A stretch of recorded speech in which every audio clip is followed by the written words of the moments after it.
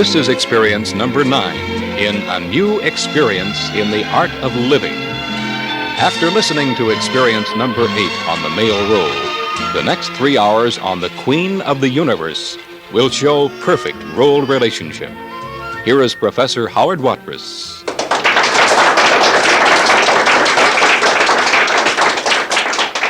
Our subject is one of the most fascinating subjects ever known to mankind. We're going to call this evening the not impossible she. Before I'm through describing it, you'll think it's impossible. But I guarantee you tonight that this is one of the thrills of life. One of the most important things that we're alive.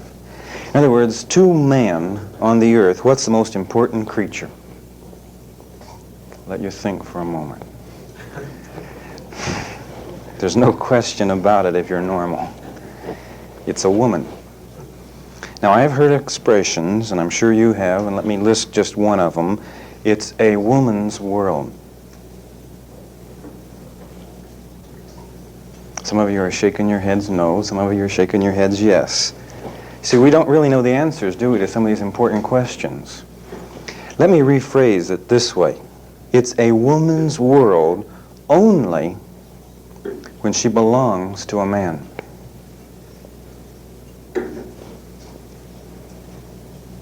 And that statement is true. The prior statement, it's a woman's world, is false. In other words, the world belongs to man. Now, an interesting thing to actually illustrate this, if I, and I have done this, give my wife a white Cadillac convertible, whose convertible is it? It's mine. I haven't lost a single thing. I haven't given anything away. It's hers, but because she belongs to me, then everything that she has is mine. Now, if you can understand this concept, we can carry it all the way through everything in life, and it ends all the problems. Now, if my wife should go to work, and if her income should surpass mine, whose money is it? It's mine. So really, her income has not surpassed mine, and could it ever? No, it's impossible because I add her income to my income. Therefore, no matter how much she makes, as long as I make $1 a year, I will always make more. Now, you know this is humorous, but let me go back to the basic rules of where we've received our guidelines from the very beginning. Jesus Christ makes a statement to Christians that all things are theirs. Has he given anything away? No, because if you are a Christian, he owns you, then can he afford to give you everything? Because everything you have is his. Now let's go back up our chain of command, our role relationship. Has God the Father given Jesus Christ everything? Does it shake up the kingdom at all? No, because the Father still owns Christ, therefore he owns everything that he has given. In other words, we say then, does ownership stay in the head? All right, if we apply this across the board, then we've solved one of our problems. But we have an interesting thing here, though. Woman was created then for what purpose? I think this is going to be rather basic, and I think if you have a daughter, it would be very proper for you to teach her this. In other words, then she wouldn't wake up someday and suffer from delusions. And by the way, everything that happens to her prepares her for this role. And the more that she is conscious of this, the more that she's aware of this, the happier she'll be. In other words, we say that as she lives, she is a prepared being to be a helpmate for a man, and this is where her happiness will come from. Now, by the way, everything we say tonight about the woman, could we say about the employee? Believe it or not, we can. Can we say the same thing about a customer? Could we say the same thing about a patient that's going to a doctor? Could we say the same thing about someone who's going to a restaurant to buy a meal? Or someone who's getting on the bus? Or someone who's going to get on the airplane? In other words, every female role will be described tonight in the not impossible she. Now, all of our illustrations, we're going to stay with husband and wife, just because it's more interesting. But you should relate this to every area of your life because you play the female role all the time. You're constantly playing the female role. And to be able to play the female role skillfully is one of the actual reasons for success. Now, to have our basis here tonight, we know that man was created for God's glory. And since I'm not God, I don't see much glory in man. I suppose I could. I know last week when I was describing the male role, I tried hard. But I really don't see it. And I think this is the way it should be. But can I see the glory of a woman? Very much so, because she was created for, and I'm not changing the word at all. We're going all the way down the chain of command. Role relationship is nothing more than glory. And do we say then that a woman is created for the glory of a man? Now this is a little more than a helpmate, isn't it? I can hire helpmates. Did you know that? I can hire cooks. I can hire maid service. I can hire a typist. But can I hire glory? This is a little higher priced item. In other words, this is not on the market for sale tonight. I'd like to go through this glorious role, and I'd like to show you that when a woman truly finds this role, she's happy. When she truly finds this role, she will not be frigid. She will not suffer from tension. She will not have problems of wondering who she is or where she is. In other words, we say that she will belong. Now, as we describe this, it's going to be so beautiful that if any ladies are here tonight that have had any other ideas, they will vanish. I'm sure of that. And if you have any indictments against anyone because the female role has not been glorified, we might as well name the culprit before we begin. Who's to blame because a woman has not been crowned queen? Well, the king. In other words, we're saying then that the female role is, of all roles on earth, totally 100% innocent. She can do no wrong, and in her relationship with a male role, she has no responsibility. You might say, is she scot-free? Gloriously scot-free. No cares, no worries, no responsibilities. Now, if she wants to break this role, then she goes into a 50-50 marriage, which is a contest. And she has a 50% chance of winning a battle. And it's interesting to know, can she win? There's no victory. I've got several points here. I want to go through them slowly, and I want to describe to you tonight the perfect woman. One lady came to the seminar. She heard this particular night. She went home crying. Her husband said that she was hysterical off and on for 2 days. 1 week later, she was back with a smiling face, wanting more. Had another lady who had made a good attempt for about 24 years to be a man. She came to the seminar. She called me up and she said, it's interesting to know, and I'd like for you to know, as I sat there for 3 hours listening, she says, every once in a while you would describe a characteristic that I had buried. Or you would describe a characteristic that would be in the innermost part of my being that would be one of those urges that I had squelched. And she said, by the time you got through describing several dozens of these, I decided that everything I thought I was going to be wasn't worth it. She says, I have thrown it completely over, the whole thing. She says, and I want to be a woman. I had a call from her, I think it was 2 weeks after that. She says, I'm doing real good except for one thing. She says, I have not found the secret of keeping my mouth shut. She says, I'm trying hard. The secret, by the way, that she was looking for was love. The female role is basically, if I were to describe it, as a work of love.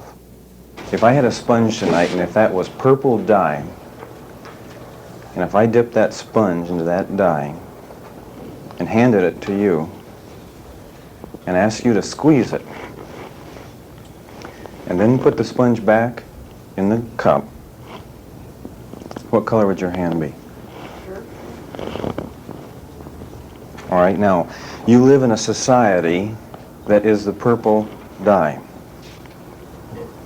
Now, do you suppose once in a while you squeeze the sponge? And do you suppose once in a while your hand has the same color? Then do you suppose this causes us sometimes to get a little mixed up? Let's go to Switzerland tonight, and we're going to have an object lesson that will show you exactly what I mean. There's a lotus pond high up in the Alps. And it's beautiful, and it's quiet, and there's birds flying around it, all the way around it, and we find flowers, they're growing, the fish are swimming in it, the animals come down to drink from it, and we say it's beautiful, it's lush, and it's growing. And there was gardens, in fact there's a palace not too far away. Can you visualize this beautiful thing? All right, the owner decided to take a trip to America for the summer. And he left his lotus pond in the hands of a caretaker. Now it so happened on this lotus pond that there was a little tiny stream that would go way up into the Alps to a gigantic reservoir.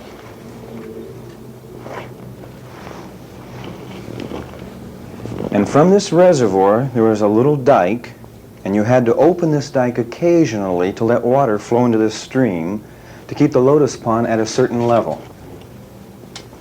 Well, the caretaker got tired of climbing up into the Alps to the little dike. And he decided there's enough water in the pond. I don't have to worry about it. So he decided that there's too much work to go up all the time and open the dike. I won't go anymore this summer. Now, we would compare him to an American who is rebellious against their head. We're talking about submission here. All right, now, when the owner of the lovely lotus pond came back from his trip abroad, he knew he was arriving at his home before he ever arrived by the smell. It was absolutely rotten. Now, I'm describing a rebellious woman. And I'm describing something that stinks. The fish were dead. I want you to visualize this. And the August sun had beat down on that dead mass of fish. By the way, were there any flowers left? No, you see, all the vegetation around the lotus pond was irrigated by the pond. And it was a type of vegetation that needed more water than the normal actual rainfall of Switzerland during the summer. So we say then that we had complete death. Now, what do you suppose the owner thought of the caretaker? Now, mind you, this was the owner's pride and joy. He had worked years to bring these different species of plants in. How would you feel if your pride and joy had been left for 3 months to a caretaker who let it completely die? All right, now, let's use our illustration. The lotus pond is a woman. And what's her job? To keep the dike open. Isn't that an easy job? There's not much to it. But if you get rebellious, what do you think of your head? I don't know that I really need him. I'm making more money than he is right now, and I'm not so sure that I really made too wise a decision when I married him. And I'm not so sure that this is the best way for me to go. And I think I can secure power from some other source. Now, she believes that she's going to find power in her own initiative. I want you to watch this. In other words, in her own facilities. And so she then steps out of the chain of command. Now, when any female role, be it a woman, be it a customer, be it an employee, be it a patient to a doctor, any female role, when she steps out of the chain of command, does the destination of her equal the lotus pond after 3 months without anyone being submissive enough to climb the hill and open the dike? Now, what I'm going to give you tonight, I think, is one of the rarest secrets that you can hear. And it's the secret that will tell you how you can be successful.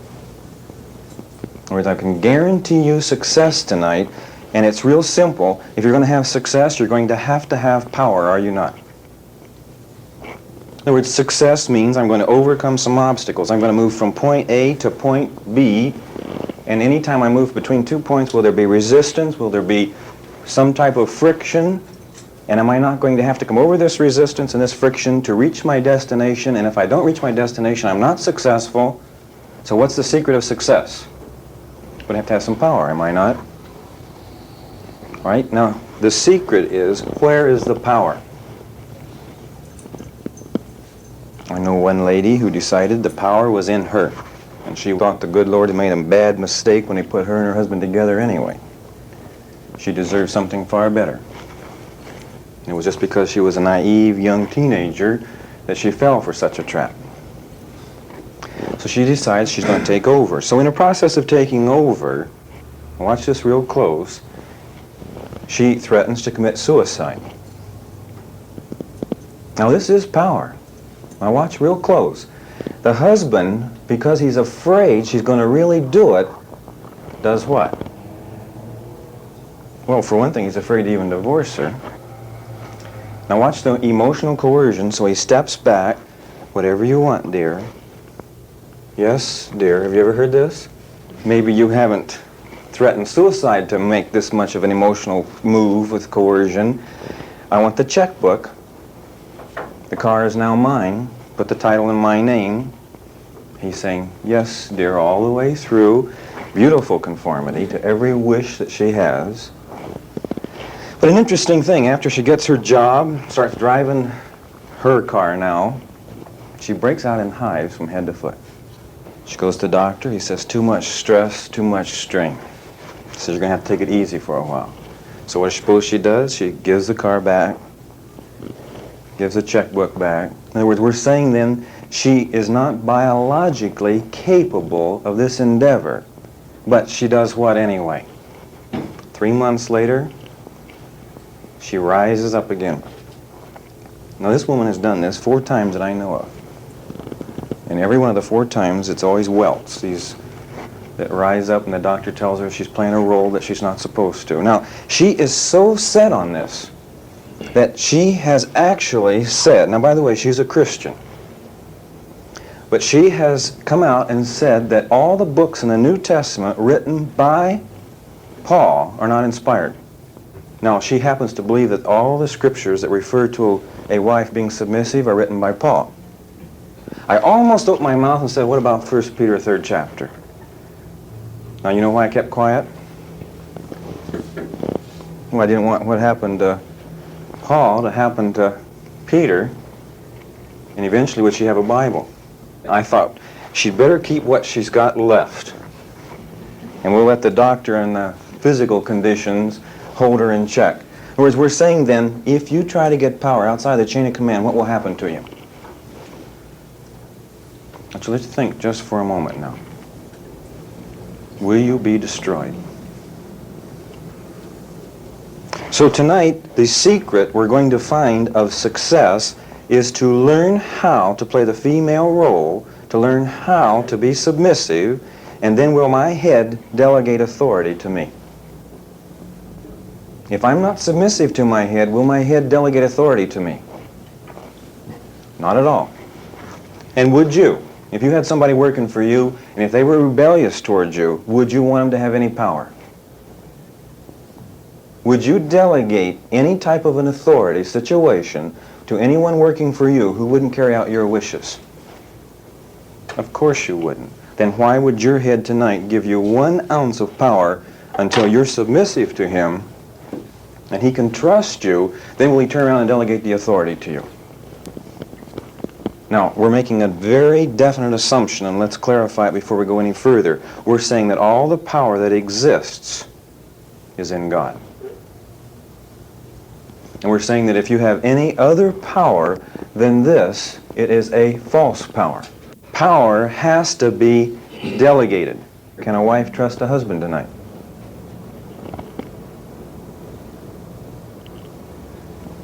No. She trusts God, does she not? And because he is under God, is he safe? If you're married to a husband tonight, and he's not under God, do you really trust him? No, if he's a God unto himself, he might wake up tomorrow morning and decide, I don't like the way the system is. Could he write a new set of laws? Your security is in the fact that he's submissive to something that's the same yesterday when you married him, the same today when you're finding out more about him, and the same tomorrow. In other words, our security is in the fact that we're in the chain of command. All right, now what's the real secret now of success? The real secret of success is for me to get in a direct line in the chain of command where the power is. And then do what to my head? Submit. How much submission? Total submission. In other words, just completely give myself to my head, and then my head decides that he can trust me. What will he turn around and do? Delegate authority, and does that authority give me power? Then I have a direct line in the chain of command, and then can I go out and do something? I've watched people, and they sit around and they watch, and they see this guy. Boy, look what he's doing. He's doing this, he's doing this. Let's take McCormick, the man with the farm equipment. Several other manufacturers of farm equipment were trying to figure out, what's with this McCormick? I'll tell you what was with him. Who did he think he was under? He believed he had a direct line. He believed he was under God, and he believed, I've got to make a combine so that we can make more harvesting here, so we can have more grain. Now, McCormick became a millionaire. Can you stop anybody who gets in a direct line? No, because you see, if there's only one power and you happen to be in the way and someone's delegated authority to him to remove you, what are you going to stand on while you're being removed? In other words, was there authority delegated to remove Hitler? Yes, there was. All right, now where's Hitler going to go now to get his power when there's been authority delegated for his removal? Well, he builds little places down there in Garmisch. And he's going to go down there and he's going to hide. But by the way, can you hide from yourself? No. And I'll tell you normally what is the result of failure to submit to your head. It's normally death. Sometimes it's suicide. Many times it's suicide. Now, I wouldn't want to by any means tonight threaten you that if you weren't submissive to your head, you'll kill yourself. No, you don't have to, because there's a dozen other forces in the world that'll kill you. But we say that when you are cut off from the head to which you belong, could you possibly live? Now, I know there's going to be some life in you for a while. If I saw a beautiful rose tonight and I cut it, have I cut it from its source? Now, you say it's alive, and I say it's dead. I bring it up here, and I set it into a vase, and I put water in, and you look at it, and you say it's beautiful. Now, is it dead, or is it alive? All right, you say it's in the death process, but I'm telling you, is there any life coming into it? All right, now, could it be that an American has been endowed by his Creator with life, the same as that beautiful rose? He has the energy of youth. In other words, he's raring to go. But he decides he's going to go on whose power? Ask any red-blooded American man. He'll tell you whose power. His. Who else, he'll tell you. All right, now, the minute he says that, have we cut him? I want you to see this real clear. He's cut right at the stem. He puts himself in a vase to look beautiful. By the way, even in his cut position, some girl will come along and fall for him. I mean, he'll look pretty good, won't he? White shirt, tie, the whole works. If she knew that he was cut completely off from all power, would she want him? No. All right, now what happens to our rose the second day, the third day, the fourth day? Even if you put aspirin in there to help the thing along. And by the way, there's a direct correlation because the human being's taking the aspirin too. Anytime you're rebellious, you take more than aspirin. That's what you start out with. What will eventually that beautiful rose look like? You know. Pretty soon you're going to do what with it? You're going to get it out of your sight, aren't you? Pretty soon, what's that beautiful girl you marry going to do with you? You couldn't expect her to live with that, could you? Well, she'll say, I've had enough. I'm going to try another one. The only point is, when she cuts herself off from you, she normally ends up with something worse. So I don't know if there's any reason to run from the situation at all. Are you beginning to see what I mean? In other words, we say then, how long does it take you to die? It takes the cut rose 1 week. It takes a man to age 65. Now, if you want to go to one of these old folks' homes, do you suppose that there is a smell there similar to the lotus pond at the end of August? I've been in them. Now, I'm sure that they change the sheets. I'm sure they give them clean clothing. In other words, these are respectable homes. But does it actually, physically stink? And maybe after you committed your parents, you never went to visit them. But these places are not very nice. In other words, we say then that the human being is very similar to the rose. In other words, we have to discard both. Now, couldn't you really stay actually rooted to the vine? Isn't it possible for you to actually stay submissive to your head? Now, if I stay submissive to my head, what's going to flow through me all the rest of my life? In other words, if the caretaker had climbed up the hill and opened the dike, what would have flown down through that lotus pond all summer long? Water. And if there would have been water, there would have been no dead fish, there would have been plenty of abundance of green growth around the pond. We said it would have been heaven. Would the birds have wanted to stay? Of course. By the way, the time the owner got back, there wasn't a bird around. They had all gone. So tonight, I would like to go through some steps to show you how to play the female role for what purpose. We're going at the female role differently tonight than what we have before. Whereas I want to show you it's not a game. I can do it or I don't want to do it.